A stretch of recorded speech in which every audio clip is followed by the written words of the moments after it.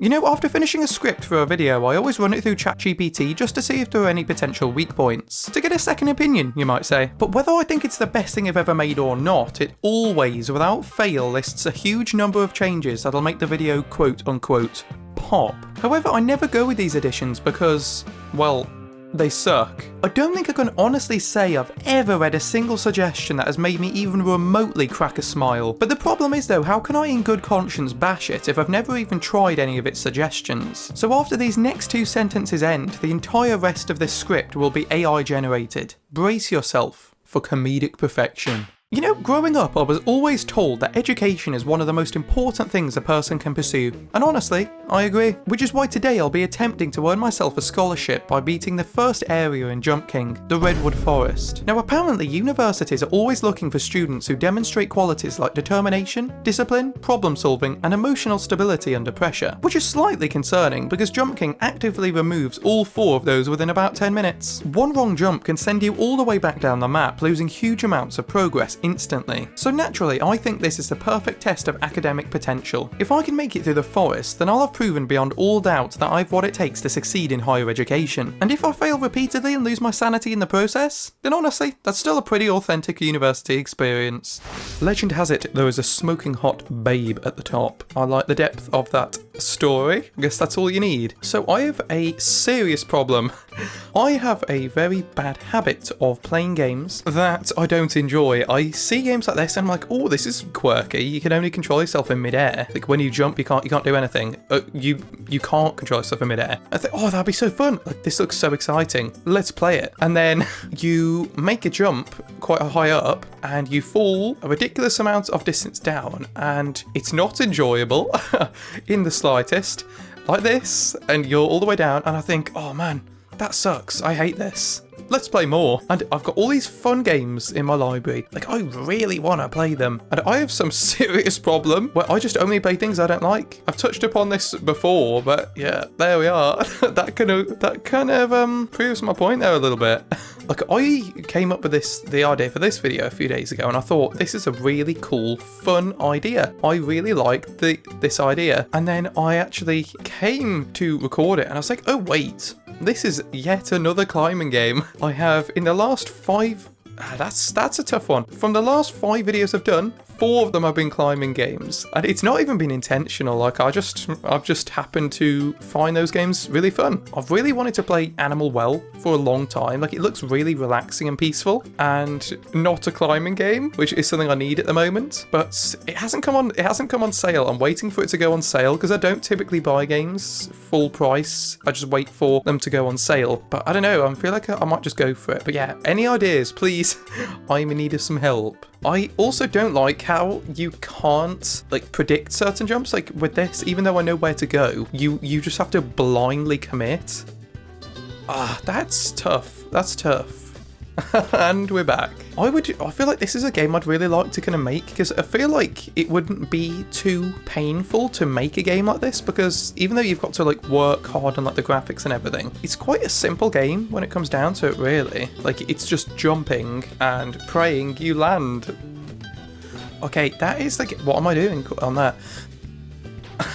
There's only 2 things I can do, full jump or small jump. I've tried both and none work, so how do I do that? I also wonder if there's any kind of differences to the other Jump Kings, or whether it's just like the same thing but just in a different theme, or whether there's like new mechanics or new visuals. I don't really know. I think this is the very first one.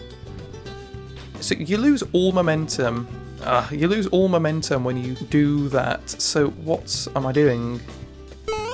Oh, okay, go right on the edge, have a little bit of momentum, and make a tiny little jump. The good thing about this is, even though you can't control yourself in midair, you can rebound off things. So, like, if I did this, you can do that. That's a safe way of doing that.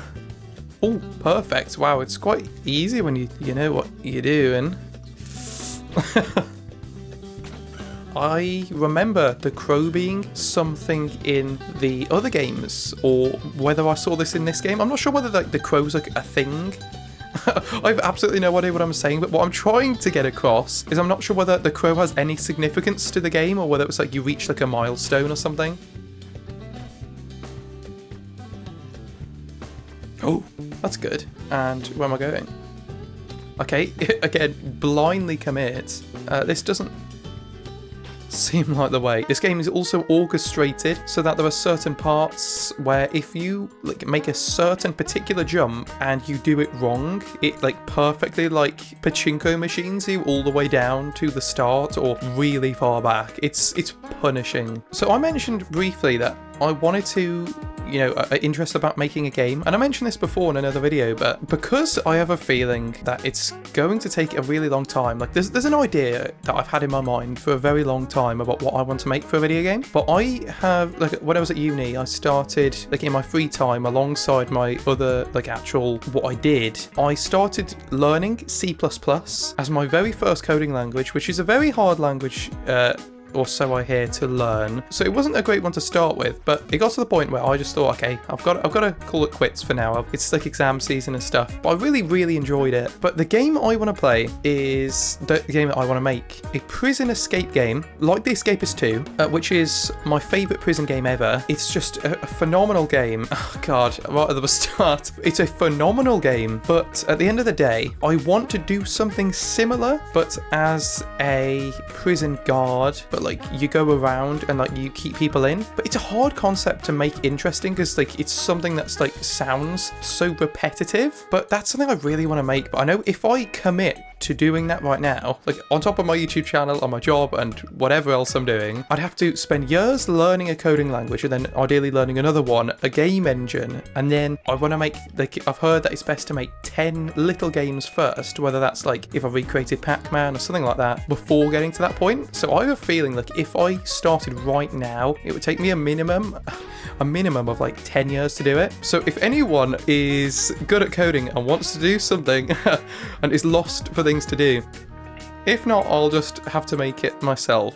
Stupidly enough, I decided kind of at the same time I was going to learn Spanish while also studying and having exams while also learning how to code, which is the most insane thing I've ever heard. And lo and behold, I quit them all other than the studying. Wow, this is a frustrating game. I kind of overcommit myself to different projects, but I have so many like interests that I want to do. It's just there's no time in life to do any of them.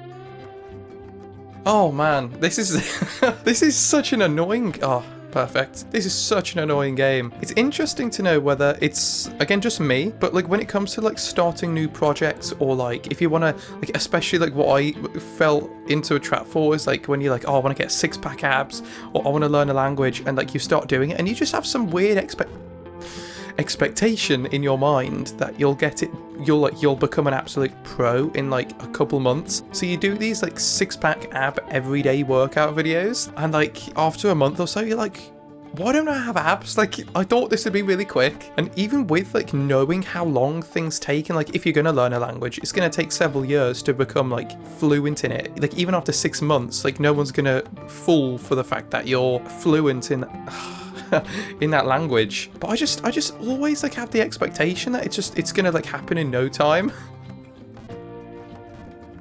Oh wow, that's the kind of jump that I was talking about. Like, it sets you up to fail. You fall in that gap, it's gonna punish you. Right, okay, so apparently falling all the way back down the map is what universities call a learning opportunity. I would have called it devastating, but what do I know? You know, I used to think scholarships were awarded based on intelligence, but after spending 2 hours throwing a tiny man into the same wall over and over again, I'm starting to think perseverance is the real requirement. And despite the repeated emotional damage, I do actually feel myself growing as a person, mostly in bitterness. But growth is growth. If this game let you control yourself in midair, or like control like a Mario game, that'd be fun. Oh, I mean, imagine this. I know the whole point of this is like to be annoyingly difficult and like so you can't control yourself in midair. But like, imagine if this was like a Mario game where you could like control jumps and like wall jump and like twirl. Like, it'd just be a fun game to platform, but they just have to make it so infuriatingly aggravating. And then little, yes, I might full commit right.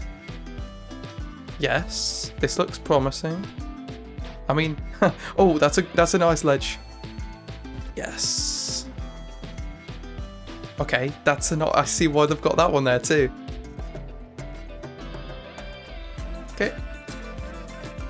Okay, it's better going a little under than a little over.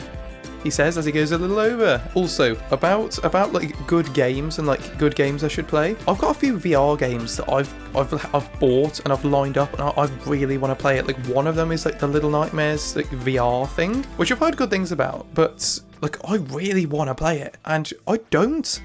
I do not do anything VR because for some reason on my days off, I'm always so tired. Like I'm less tired when I'm actually at work, and the last thing I ever want to do is stand up when I'm like at the end of a work day, or just when I just want to sit down and play a game. I don't want to have to stand up and like play a video game. So that's why I've got games that I really want to play and I've had queued up for a really long time that I just haven't played and have no intention of playing because I've got to stand up while I'm doing it, and I'm so ridiculously lazy.